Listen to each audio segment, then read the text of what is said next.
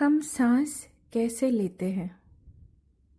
प्राचीन काल से ही मनुष्य सोचते रहे कि जीना और सांस लेना एक ही बात है। इस विचार ने हमारी भाषा को प्रभावित किया है। उदाहरण के लिए लैटिन भाषा में सांस के लिए दो शब्द हैं, एनिमा और स्पिरिट्स।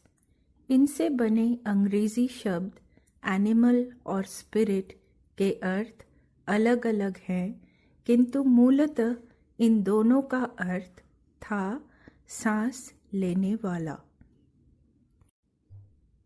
कुछ सरल जीव तो बगैर सांस के भी जी सकते हैं। अधिकांश जीव ऑक्सीजन का उपयोग करते हैं और कार्बन डाइऑक्साइड से निजात पा लेते हैं। जमीन पर रहने वाले कुछ बड़े जंतु इस काम के लिए विशेष अंगों यानी फेफड़ों का उपयोग करते हैं। हम मनुष्य अपनी पसलियों की गति से और सीने व उदर के बीच स्थित एक गुंबद नुमा मांसपेशी डायाफ्राम मध्यपाट के संकुचन से फेफड़े को फुलाते हैं। जब डायाफ्राम का संकुचन होता है तो वह नीचे की ओर झुक जाता है, जिससे उदर के अंदर की जगह कम हो जाती है, जबकि सीने के अंदर की जगह बढ़ जाती है। स्त्रियों की तुलना में पुरुष डायाफ्राम का उपयोग ज़्यादा करते हैं। मनुष्य में सांस का मूल तत्व ये है कि वातावरण की हवा और फेफड़ों के बीच गैसों का आदान प्रदान हो।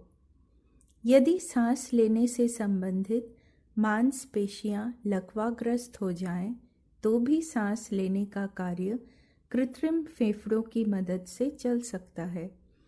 ये भी कतई ज़रूरी नहीं है कि सांस लेने व छोड़ने के लिए व्यक्ति अपने सीने की धोकनी को फुलाता पिचकाता रहे।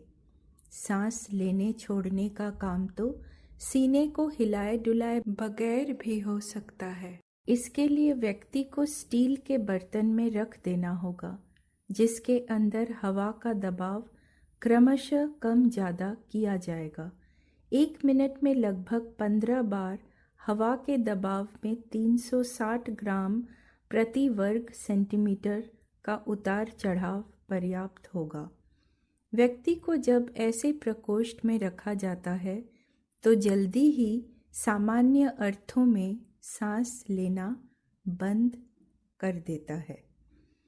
उसके फेफड़े में हवा का फैलना दबना ही गैसों के आदान प्रदान के लिए पर्याप्त होता है। कितनी हवा चाहिए फेफड़ों को? फेफड़ों की बनावट खूब स्पंजी होती है और इनकी सतह का क्षेत्रफल लगभग 100 वर्ग मीटर का होता है। हवा व खून को अलग अलग रखने वाली झिल्ली अत्यंत महीन होती है। ये हमारे शरीर का सबसे दुर्बल हिस्सा है। 7 में से तकरीबन 1 व्यक्ति फेफड़े के रोग से मरता है। यह रोग किसी संक्रमण, धूल अथवा दोनों के मिले जुले प्रभाव से हो सकते हैं। वैसे फेफड़ों के पास अतिरिक्त गुंजाइश काफ़ी होती है। कोई व्यक्ति एक ही फेफड़े के सहारे भली प्रकार जी सकता है। फेफड़ों की अपेक्षा हृदय रोगों से ज़्यादा लोग मरते हैं, किंतु इसका कारण ये है कि हृदय का कोई हिस्सा ऐसा नहीं है जिसके बगैर भी काम चल सके।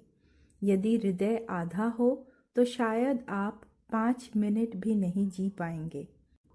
विश्राम करता कोई व्यक्ति प्रति घंटे लगभग 1 घन फुट ऑक्सीजन का उपयोग करता है। कड़ी मेहनत के दौरान ये खपत 10 गुना तक बढ़ सकती है। मनुष्य जितनी ऑक्सीजन की खपत करता है, उससे थोड़ी कम कार्बन डाइऑक्साइड आयतन में कम उत्पन्न करता है।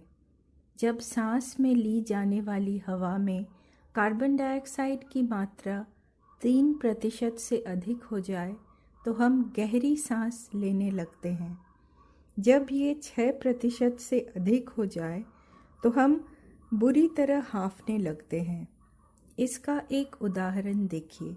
यदि किसी पनडुब्बी में प्रति व्यक्ति 200 घन फुट हवा हो और सामान्य कामकाज करते समय व्यक्ति 1 घन फुट कार्बन डाइऑक्साइड प्रति घंटा उत्पन्न करे, और यदि इस कार्बन डाइऑक्साइड को वहाँ से कृत्रिम ढंग से न हटाया जाए तो 24 घंटे के अंदर उस पनडुब्बी के सारे लोग बुरी तरह हाँफने लगेंगे।